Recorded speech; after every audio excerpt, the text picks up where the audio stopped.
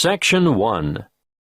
You will hear a conversation between a woman making inquiries and a school receptionist. First, you have some time to look at questions 1 to 6.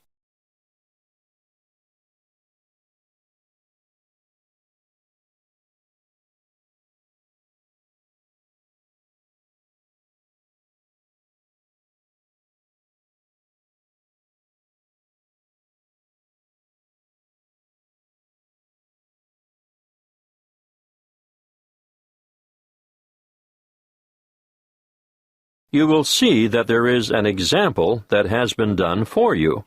On this occasion, only the conversation relating to this will be played first.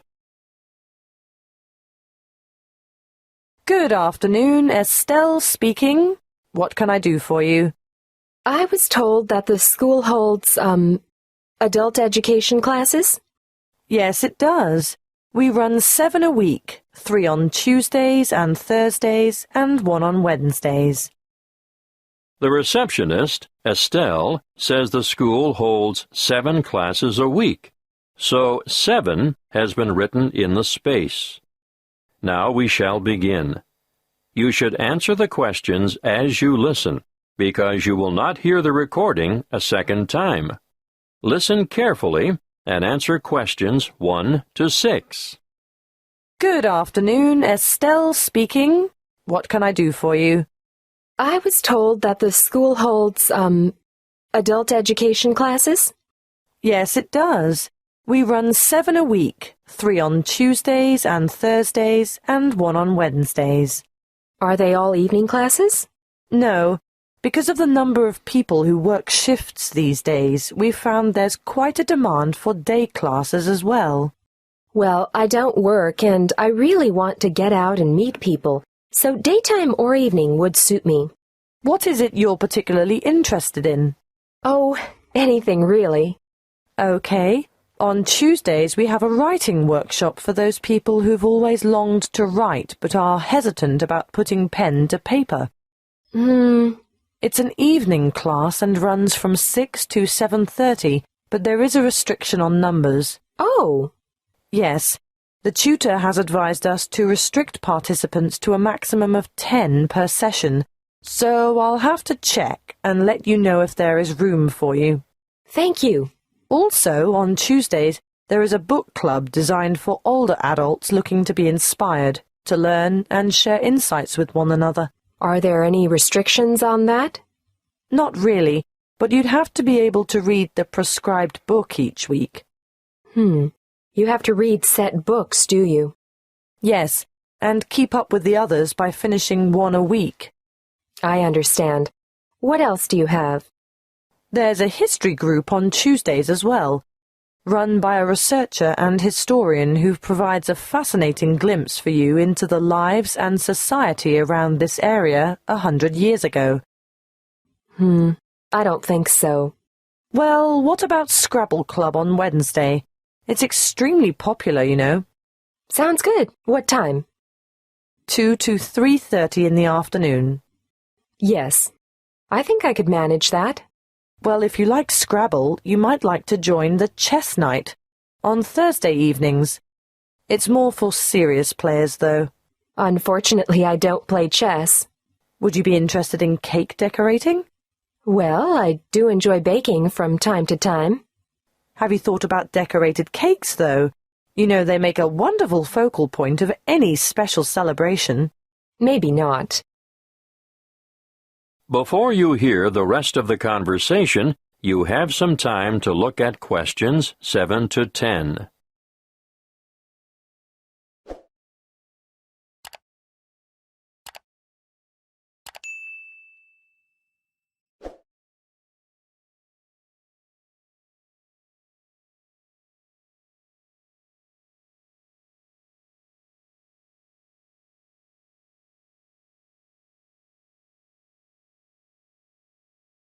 Now listen and answer questions 7 to 10.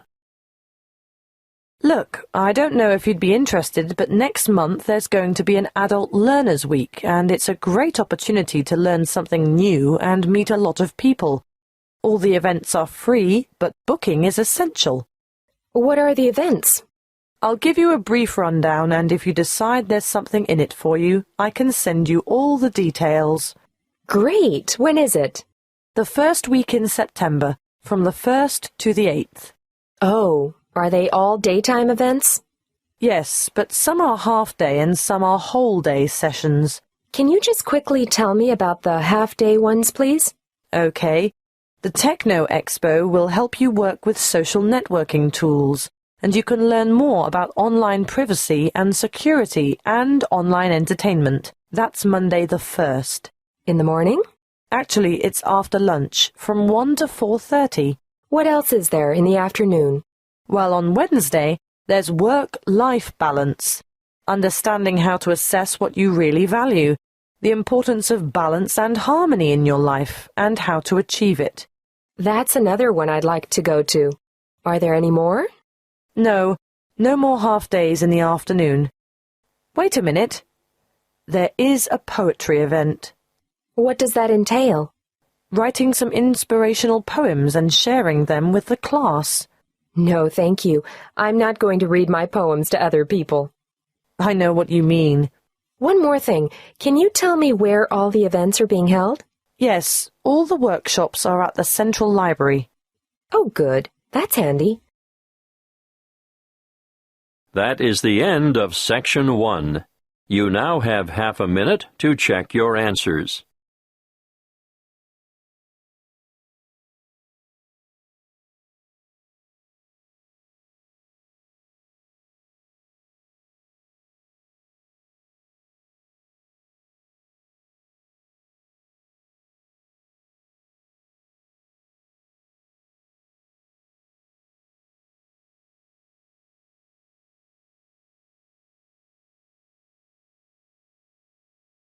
Now turn to Section 2.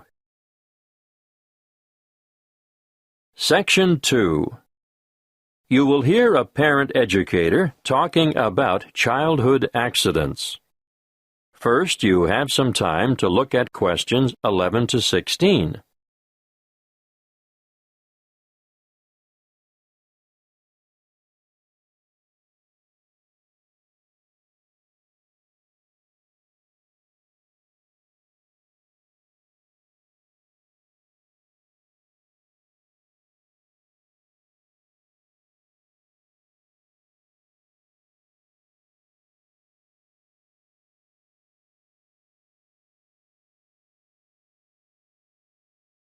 Listen carefully and answer questions 11 to 16.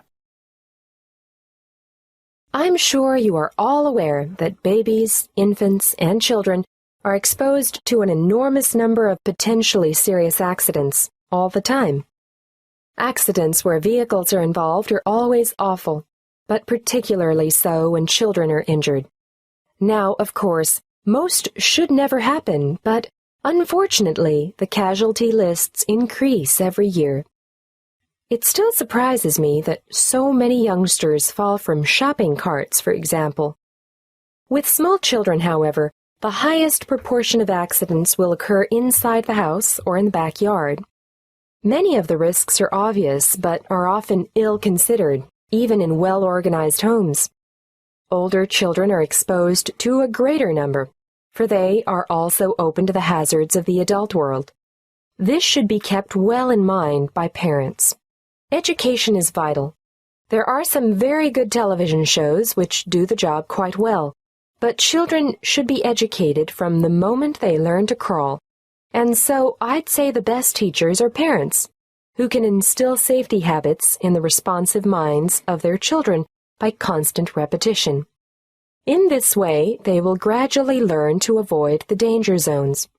Of course, if they go to preschool, there'll be fewer hazards there, but I'm going to cover a few of the important household areas now. Firstly, kitchen hazards. The family kitchen is actually no place for a child, although children may spend a lot of time there with their mothers.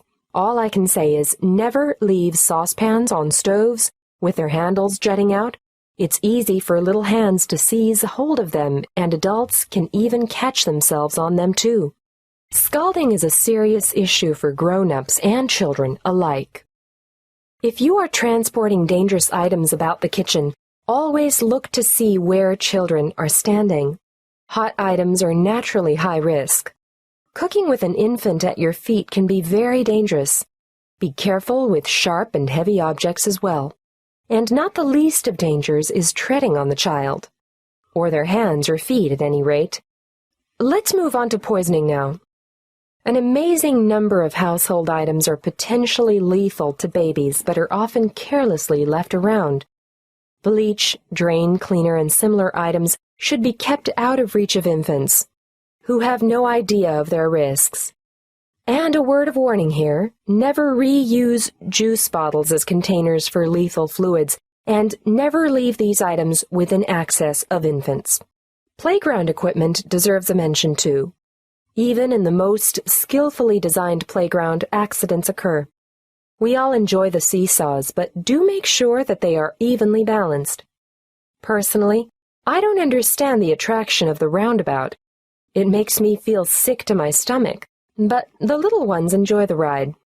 Swings are great fun, but children just don't understand the danger of a swing suddenly coming back and striking a standing child. The results are often big bruises or even broken bones.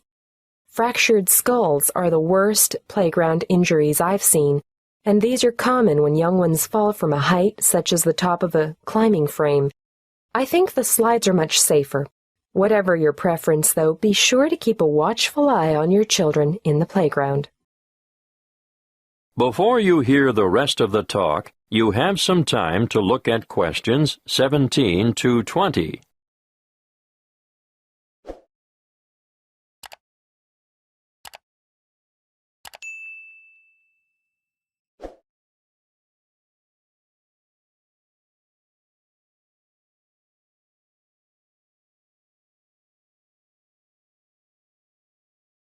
Now listen and answer questions 17 to 20. We're up to bath time now. You know that you should never leave a baby alone in a bath, because it's possible for babies to drown in a few centimeters of water. But how many of you have been tempted to go and grab the phone when it rings? My advice to you is to let it ring. And remember when you're filling the bath to put cold water in before the hot to prevent severe scalding, in case baby climbs in before it's ready. Moving on to electrical dangers, first of all, power points. These have a fascination for toddlers, and they'll shove things into the holes like hairpins, nails, screwdrivers, you name it. Points should always be fitted with protective plugs to prevent this. Teach children to respect all electrical appliances because they are all potential hazards. Do I need to mention cigarettes?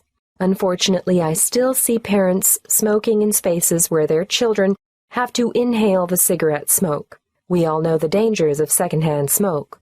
But even leaving a packet of cigarettes within reach is dangerous because eating just one cigarette may poison a small child. If quitting the habit is too difficult, please ensure all tobacco products are kept out of reach and smoke outside. Lastly, given our cold winters, I need to warn you about heating systems. Open fires and heaters must be covered by protective devices. Even radiators and other sources of heat, which are attractive to children, can cause a nasty burn on sensitive young skin. Remember, there is never a good time to leave infants by themselves in a room where there is an unprotected source of heat. That is the end of Section 2. You now have half a minute to check your answers.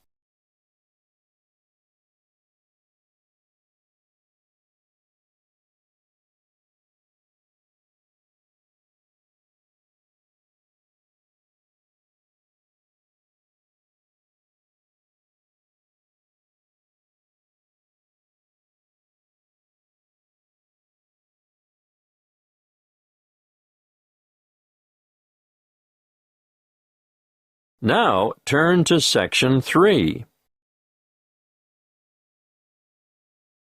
Section 3.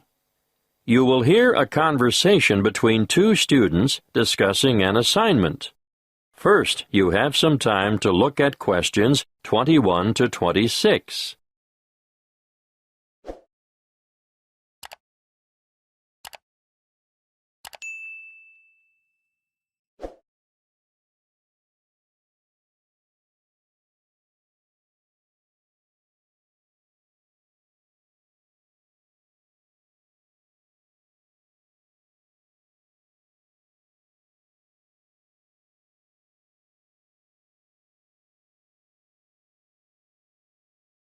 Listen carefully and answer questions 21 to 26. Hi, Opal. Any ideas about what we should do for our geography project? Hi, Perry. Yes, I'd like to do something on wetlands. I think that's a great idea. Where do we start? With a definition, of course. Something like a marshy area of land where the soil near the surface is saturated or covered with water, forming a special habitat for wildlife. And we could add, the flora and fauna of the area are reliant on the waterlogged soil for their survival. Yes, that's a major problem, actually. When commercial developers or farmers come along and decide to drain the swamps, everything dies. The practice is all too common, unfortunately. Did you know that as a result, wetlands are recognized internationally as one of the most threatened types of habitat? That's right. We'll have to be sure to discuss their importance in our assignment. But first, I think we should state some of the particular characteristics of wetlands. Well, there are 3 that I can think of. To start with, wetlands are limited areas of open water, which vary depending on seasonal fluctuations. Yes, and the second could be that there's usually a variety of water-tolerant flora on the banks and throughout the water. Of course, depending on the time of year, there may be more or less water, but levels generally remain quite shallow. Okay, now let's move on to the importance of wetlands. Shall we start with plant and wildlife habitat? Yes, I think we should point out that wetlands are homes for countless species of water birds, frogs, invertebrates, and fish. And they support many varieties of water-loving plants. Which brings us naturally to the topic of biodiversity. Even small wetlands act as borders between land and permanent water. They turn into refuge areas or sanctuaries in times of drought, and they often support rare and threatened plants and animals found nowhere else. Exactly. And they're especially important as nurseries and breeding grounds for all kinds of fish, birds, and invertebrates. Wetlands are important for improving the purity of the water, too. Yes, that's because the flow of water through the wetlands is slowed by bank and in-stream plants, and so it allows sediment to settle. Nutrients such as nitrogen and phosphorus and other pollutants are removed as the water passes through. Before you hear the rest of the conversation, you have some time to look at questions 27 to 30.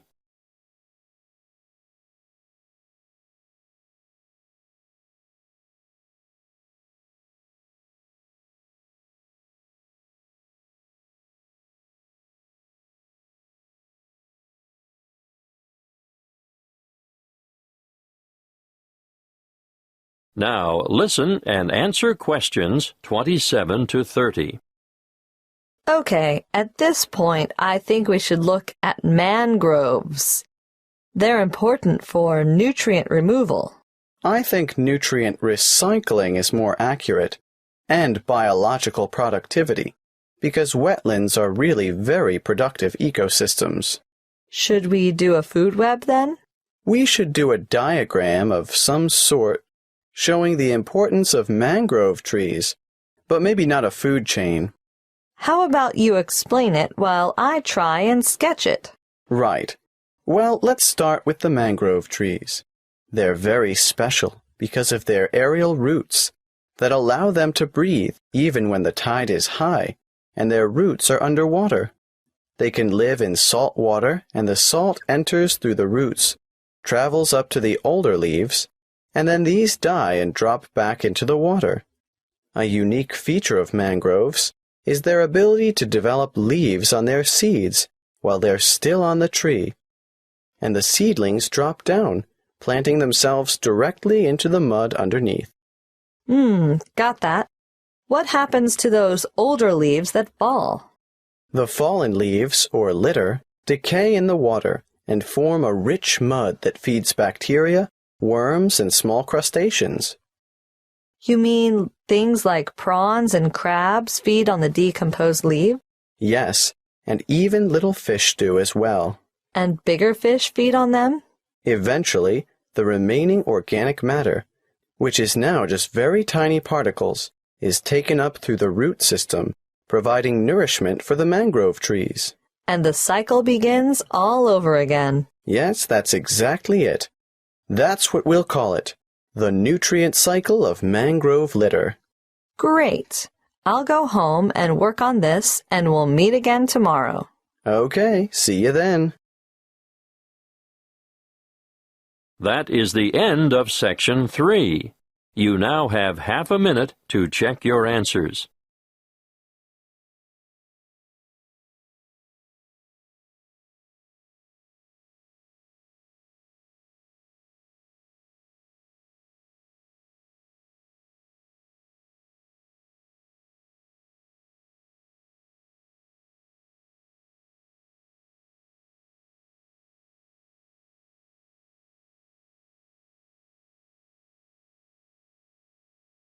Now turn to Section 4. Section 4. You will hear a lecture on meteorology and cloud formation. First, you have some time to look at questions 31 to 40.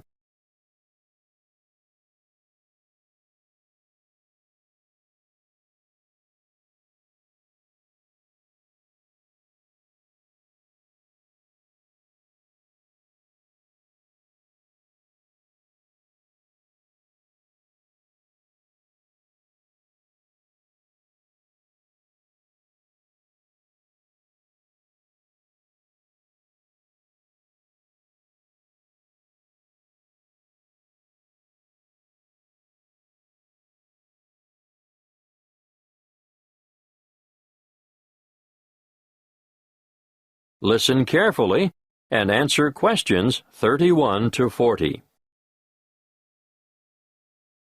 Good morning. It's good to see so many of you taking an interest in meteorology.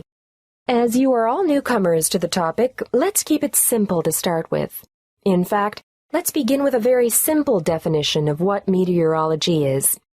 The suffix, ology, gives you a clue. At least you can all guess that it is the study of something. Meteorology is in fact the scientific study of all changes in the atmosphere, essential for forecasting the weather, of course. And you all know what weather is, right?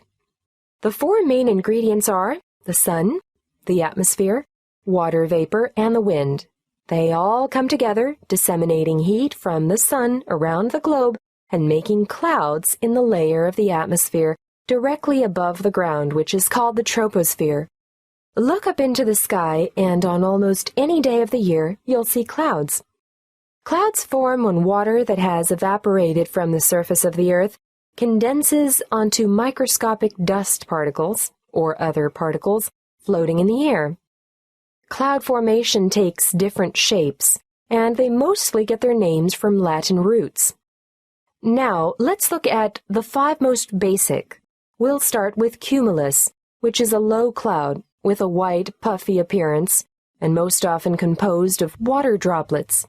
It gets its name from cumulo, meaning heap, for its typical piled-up appearance. Now let's move on to stratus, from strato, meaning layer. These are the gray, horizontal ones, often with a flat base, that you see on an overcast day, and they too are mostly made up of water droplets.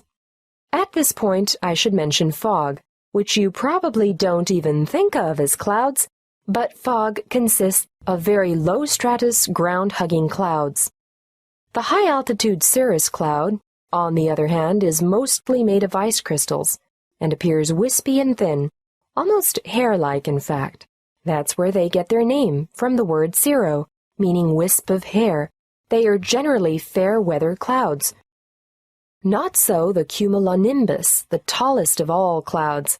They extend way up into the troposphere, and these are the ones that produce lightning, thunder, heavy rain, strong winds, and tornadoes. Beware the cumulonimbus. You already know what cumulo means, and it won't surprise you to find out that nimbus means rain, and added as a suffix is an indication of cloud's ability to produce precipitation, which could be rain, snow, or hailstones. As this course progresses, you'll learn a lot more about cloud types, but before I finish today, I want to go back to something I mentioned before, dust. It is generally accepted that when water vapor ascends in the process of cloud formation, it condenses onto dust particles. So it was assumed large dust particles would produce larger droplets and enhance the formation of rain. However, recent research has shown the opposite to be true. Droplet size increases the farther the clouds are from dust-filled air. More dust-reaching rain clouds produces less rainfall.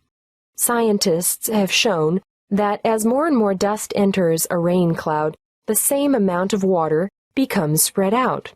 The resulting smaller water droplets scatter instead of combining and growing large enough to make up raindrops. This study shows that higher dust frequency is not inevitably the result of diminished rainfall, but rather its cause. Therefore, loss of topsoil from overgrazing, overcultivation, or bad livestock management in areas neighboring deserts will contribute to the continuing expansion of those arid regions.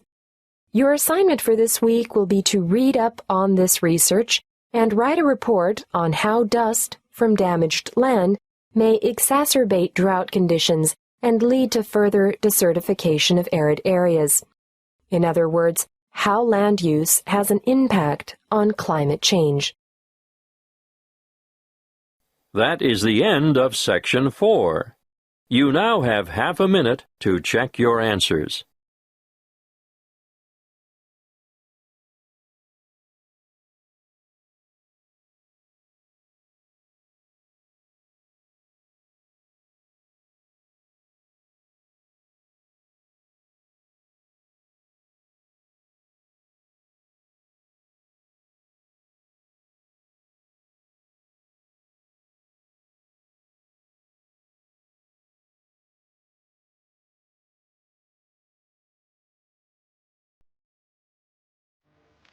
That is the end of the listening test. You now have 10 minutes to transfer your answers to the listening answer sheet.